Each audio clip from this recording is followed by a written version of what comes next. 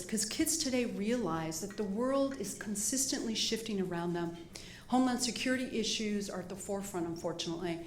But girls want to create solutions. And that's where I see a great connection for them. Because we are developing girls who are going to think about inclusion and diversity very differently. They're not going to see it as a negative, they're going to see it as a positive. They are the ones who are going to try to reunite and unite communities and countries around solutions for many diverse communities versus trying to segregate and trying to separate people because of differences. So that's why actually I sleep very well at night, because our lives are in great hands with girls. They're going to be very vocal and very positive.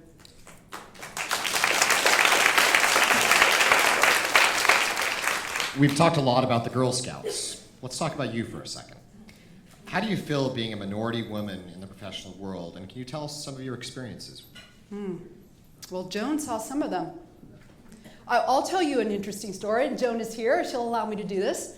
So, it was interesting. Growing up in Girl Scouting, I thought I could do anything. I had a family who really invested in me and said, Ana Maria, you can do whatever you want to do. Don't listen to your brothers. And so I just grew up with that mentality that if I was nice and I was a person of faith, that I could contribute. So I get to DC and I'm like gung-ho. I've been waiting to be a lawyer since I was 12 years old in Girl Scouting, so I'm ready. And as I said, Joan Bondarev picked me up as an honors attorney. I was brand new out of law school with the Department of Transportation, and they said, where do you want to go? And I said, I want to go work for that amazing female general counsel in the Maritime Administration. And people looked at me and they're like, Maritime? You're from the desert. But I said, no, I want to go learn from her, because she had spent a career dealing with these issues on Capitol Hill. And if she could have survived Capitol Hill, I'm sure she's going to teach me a few things. So I went up there and they basically gave me this box that had been in storage, this really old case about a crane that had been damaged in Egypt by one of our Maritime Administration's ships. And so I rolled up my sleeves, and long story short, I did my homework, and before we knew it, Joan was getting a phone call because there were two Egyptian diplomats coming from Egypt to meet with Ana Chávez. And she goes, Ana, what did you do? And I said, I did what you told me to do, Joan. But what was interesting is they came, the State Department officials came over, Joan and I sat there, but we had to pull out a male lawyer from our general counsel's office to actually conduct the meeting, because the diplomats wouldn't talk to us because we were female lawyers. So this was 1995. I think we've come a long way, but this shows you that there's a lot more to be done. And I will tell you, I've seen that progress in my career. I rarely now meet, unfortunately, those situations, or maybe people just don't tell me what I'm missing. But I also don't dwell in it. For me, it's about what you make out of a situation, what you learn from that situation, and I hold no regrets. Let's keep on diversity for just a few minutes here. You were the first Latina CEO of the Girl Scouts. What have you done, and what more do you plan to do to expand the Scouts into the Latino community? And is there some kind of resistance with the Latino community because of maybe unfamiliarity with the concept of Scouting? My grandmother probably told everybody, don't go camping. No. Here's, and I'm only going to speak to it as a Latina who grew up in our movement. First of all, my family didn't have a cultural affinity to Girl Scouts. My grandmother was born in Mexico. She was not a guía in Mexico. My mother, very active in the community, but was not a Girl Scout growing up. And so when they thought of opportunities to volunteer, Girl Scouts didn't necessarily resonate with them. But our brand was so strong, that's what allowed me the opportunity to engage, and they trusted the local Girl Scout volunteers. I think our opportunity with any community that may not have been connected to us over the generations is an opportunity to explain to them what we are and what we've always been. And what I will say is that if you look back at our history, actually some of our first troops in Savannah, Georgia were made up of very diverse communities. Some of our first troops were actually from the local orphanage in Savannah, and some of our first troop leaders in Savannah were some of the Jewish women leaders in that community. And we've had Girl Scout troops in Texas with Latina girls since the 1930s and 40s. And we desegregated troops of girls long before any federal law told us to. So that's just in our DNA. I think, again, we have to explain to all communities and immigrant communities here in the United States that we're inclusive, that we're a good investment, that your daughter, your niece, your neighbor will have a positive experience, and that you're investing in her future. Playing off that theme for just a second, the Washington Post just did a story. There being, I believe, 5,000 Boy Scouts, members of either a mosque-based troop or troops in other religious or civic organizations. Is diversity important in troops to learn from each other about cultures? Absolutely, and interesting enough, people may not know this, but we've had relationships with all the faith organizations, again, for many, many decades. And we're in all communities. We're in every zip code in the country. So you can imagine the amazing group of individuals, local community members who are part of our organization. And faith has always been part of it. I'm actually wearing my Girl Scout Catholic award that I earned and was presented to by Cardinal Dolan on the altar of St. Patrick's in New York City. Because again, we not only teach girls about their faith, but we also allow girls to learn about other people's faiths. And that is part of our history and our future. And again, it builds girls who are empathetic and also understand that there's strength in diversity. Recently, the Catholic leader of St. Louis, Archbishop Robert Carlson, urged cutting ties with the Roman Catholics and Girl Scouting. He said the Girl Scouts USA promotes role models in conflict with Catholic values. What does the Archbishop's statements mean for the Girl Scouts, and how do you respond? Well, as the CEO of Girl Scouts of the USA, as you know, I'm nonpartisan, and I represent girls in all faith. I happen to be a Catholic, and I happen to teach Sunday school. And actually, what's also been weighing on my mind is a future in ministry. And so for me, this is about girls, it's about communities, it's about all faiths. I will tell you that we've had over 100-year partnership with the Catholic Church. We have them in Catholic schools, and it's a strong part of our organization, as are girls in other religions. And so again, what I'd say to anybody is sit down with us, talk to us about our program, what we do and we don't do, and you will see again that we're teaching girls about leadership. And most of our girls are young girls, K through 5, and we're teaching them to go camping, light some fires, and also sell cookies online. So it is what it is.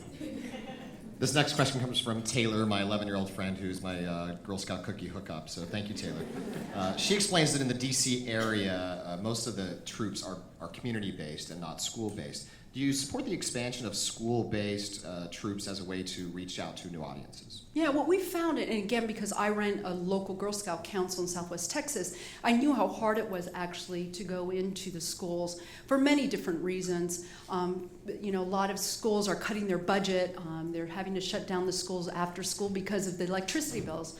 But what's interesting, and we had our troops actually in the Tennessee area just pass a bill in the state legislature which allowed them access to all schools in Tennessee, which is great for Boy Scouts and Girl Scouts. So I think you're going to start to see more schools see Girl Scouts after school. What I also want to explain is we currently have Girl Scouting during the day in schools across the country, in communities where transportation may be an issue, where they may not have a local troop meeting in that elementary or middle school. We actually bring staff and volunteers to provide the Girl Scout program during the day. And it's been an amazing opportunity to reach underserved communities in a way we've done for many years. But of course, those programs tend to be a little bit more expensive. So going back to investment in girls, that's how you can invest in our girls. Support our local councils, donate to them so they can actually go into those communities. I'm just going to ask a spur-of-the-moment question here because I don't know the answer, but I'm assuming there's more you can do other than maybe volunteering or buying cookies. What more can someone do? So much more. Well, first of all, again, we would love men and women to be part of our organization. And because I've traveled the world, I've met a lot of cookie dads. I've met a lot of men who are wearing their T-shirt, man enough to be a Girl Scout. But, what's interesting, going back to girls into research, so connecting STEM, no longer the niche market, is now the future, skill set needed in this country, in this world. And we did a research study around girls and STEM, and we found that 74% of high school girls love STEM. They love science, they excel in math, but somewhere around 4th grade, they stopped raising their hand in math class. That's when they start getting messages that perhaps they're not good at math, or why do you keep raising your hand? And when we asked girls in high school, we found that 74% of them, again, love STEM. But when we asked them to rate a STEM career, it actually came at the bottom of their list of potential careers in the future. So there is a disconnect. But we found that actually the largest sort of influencer in that girl's life on whether or not she decides to go into STEM was the male figure in her household. So that's why it's important to get dads and uncles and cousins involved in Girl Scouting, because they need all role models, male and female, to tell them what's possible. Question from the audience. The boys program requires them to learn how to do things. The audience member says many of the girls programs only require them to read about, watch, or learn about things, not actually do them. Is there an effort being made to revise the requirements for some of the badges so the girls gain actual skill and activity? Well, I know that there's a lot of girls in the audience, and I would pretty sure they would testify that they actually do those activities and earn those skill sets. But I will tell you again, right? You know, and I've been out in the field with girls. I've done rappelling off of many walls and done amazing things in the wilderness, but I've also been with girls who are doing STEM activities, who are donating their time to help local food shelters. So the girls are doing many things. What I think is exciting about the Girl Scouts today is we're allowing them to actually vote on their badges. And just a couple of years ago, girls did vote on their badges. Over 60,000 girls voted online, and it was interesting. They picked outdoors in their badges. And of course, that means different things for a Daisy who's 5 years old to an older Girl Scout. But again, they're also connecting outdoors with STEM. So they want to do geocaching outdoors. They want to understand astronomy in a different way. So again, I will tell you, these girls are learning not only hard skills, but soft skills in Girl Scouts.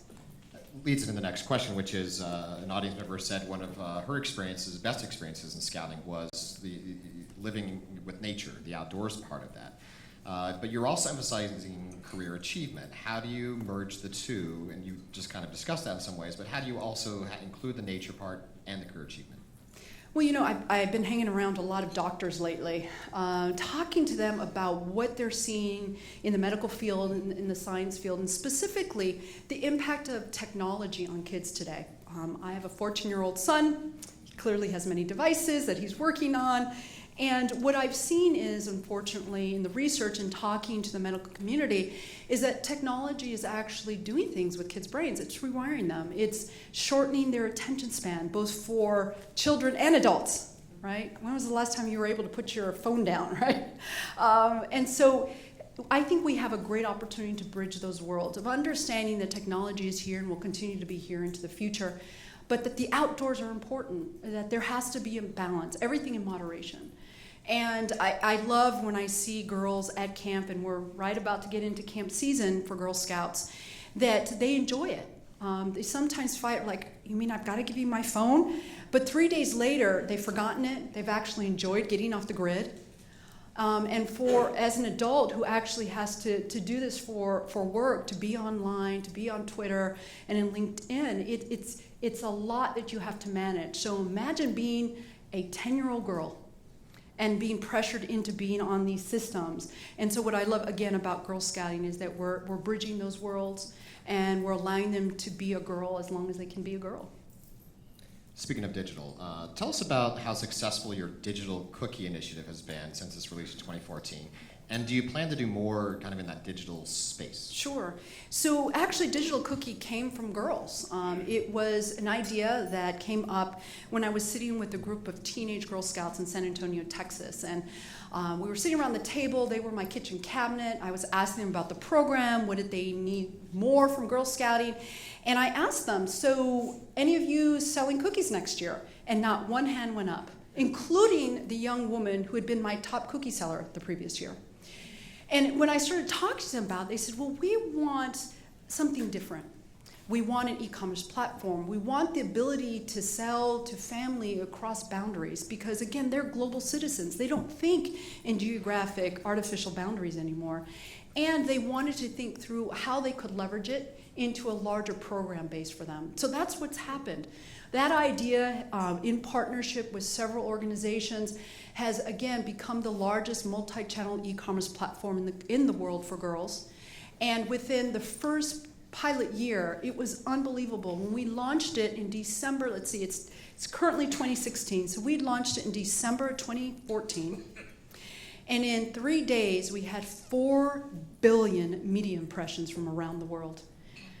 And the reason people were so excited is they knew the power of our cookie program. They knew the significance of investing in our Girl Scouts, but they also saw it as an opportunity to leverage technology in a brand new way. And what you're going to see with this platform, it's the first foray into Girl Scouts digital programming. It's the first of. And so what I'm excited about is to see what girls do next, because we're not designing it, right? We're taking their ideas and we're replicating it and we're getting adults to invest in it. But at the end of the day, the ideas are coming from them. And that's what I think at the end of the day will keep Girl Scouting alive and thriving in the United States and the globe, is that when we continue to focus on the girl and we keep the girl at the center. So talk to me about what progress have you made to carry out your mission to close the leadership gap between men and women in one generation? That was an audacious goal. I think it's happening in many different ways. First of all, in that same year, we launched the most ambitious fundraising campaign on behalf of girls in the world, and we're halfway there to our $1 billion. In addition, when we talked about, again, changing the leadership landscape in the United States, it was also about bringing men and boys in, because it's not about boys against girls, not at all. Again, I happen to be raising a 14-year-old boy, but also 2 million girls. And I know what happens when you create equality in conversations, when you make people from different communities and areas and towns understand each other over sometimes artificial boundaries. And so for me, it's an amazing opportunity to talk about what girls can do in the future. And I think we continue to have opportunities to talk about leadership, and of course, seeing the current political landscape and what you're seeing and hearing on the news, our girls are watching, right? They're sitting down in front of the television, they're listening to it on their iPhones and their Android phones, and they're watching how it plays out. But our research also shows that both boys and girls think it's harder for a woman to be a leader today than for a man to be a leader.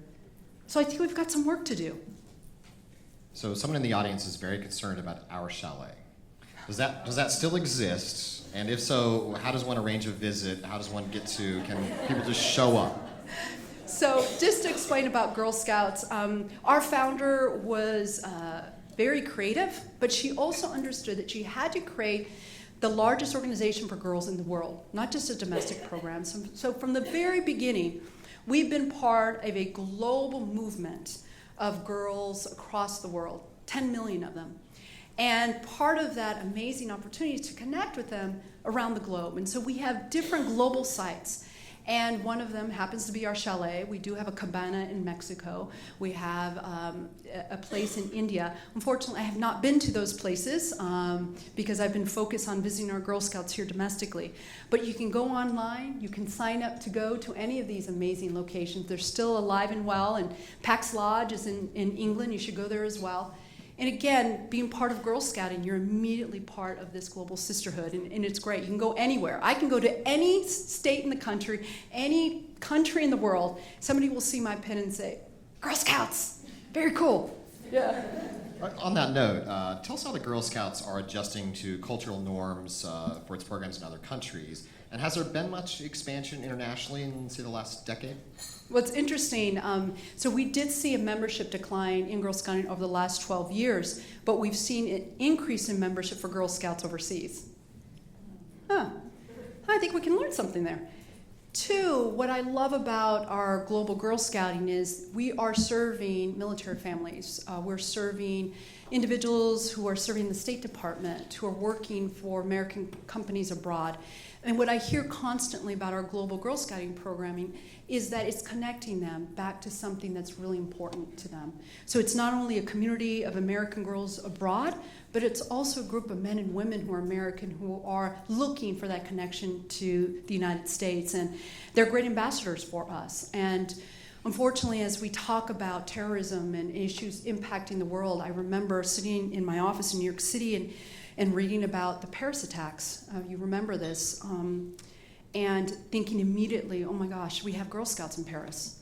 And getting on the phone and trying to figure out, is everybody okay? And luckily our volunteers and our girls were fine, but they were in tears for other people who were impacted in Paris through these terrorist attacks. So again, I'm cognizant that we have an amazing platform for girls and they're doing great things, but my heart also goes out to them because they're also living in trying times. And I hope, again, that they will stay resilient, that they will stay focused on a positive future. Tell me, how do you keep older girls involved as Girl Scouts? Is Girl Scouts, how do you keep that like it's a cool thing when you get past middle school and into high school? Yeah, that's a hard one because even my son's like, Ma, sometimes he's like, Ma, that's not cool, and I try to say words, he's like, Mom, you missed that one completely, don't even try.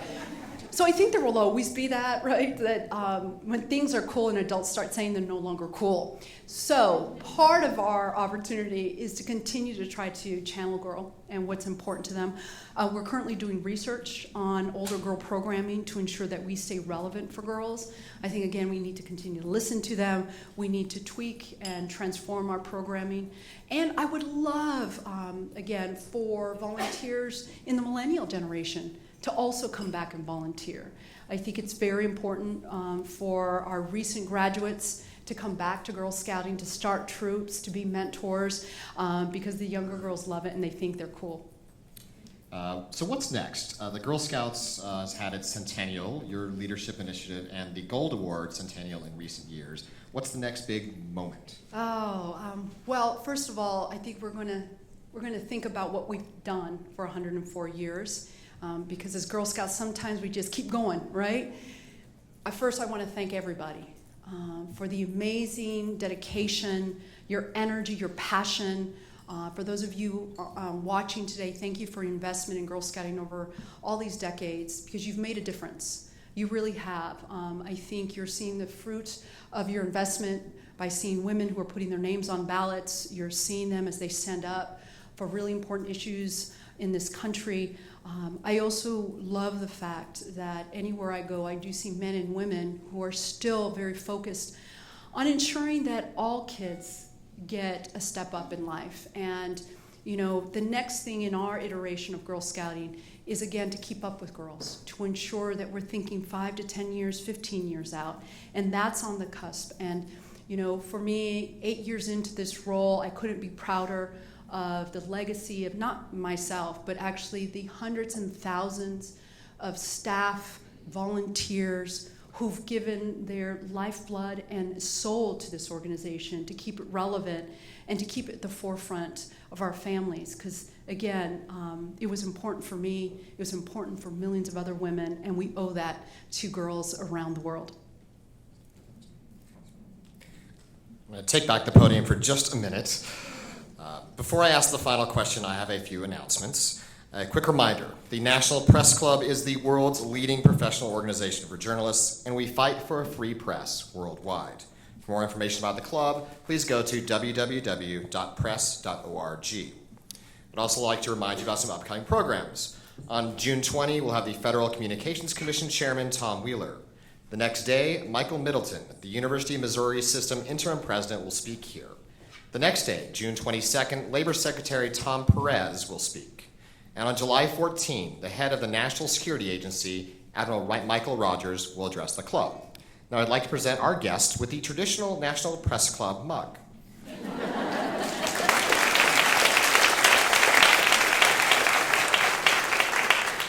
I expect cookies in return. My last question. You were selected by Fortune magazine as the 24th greatest leader in the world. What comes next? Well, You know, I've been praying on that actually, and I think that again, the world gives us many opportunities. It gives us many paths. I've learned a lot in the last 8 years. I think that I'm going to be called to, again, ministry. I think that the opportunities that I've seen, the people I've met, have taught me one thing, and that's the power of kindness. And that I hope that what I've learned, what my family's instilled in me, will allow me to take that lesson and have an impact on more people around the globe. And I think being on that list wasn't important to me. It was important for this organization. It showed that the Girl Scouts is back on the map, that we're doing great things, that we are leaders in many different fields. And I think my grandmother was smiling in heaven because the Pope was on the list too.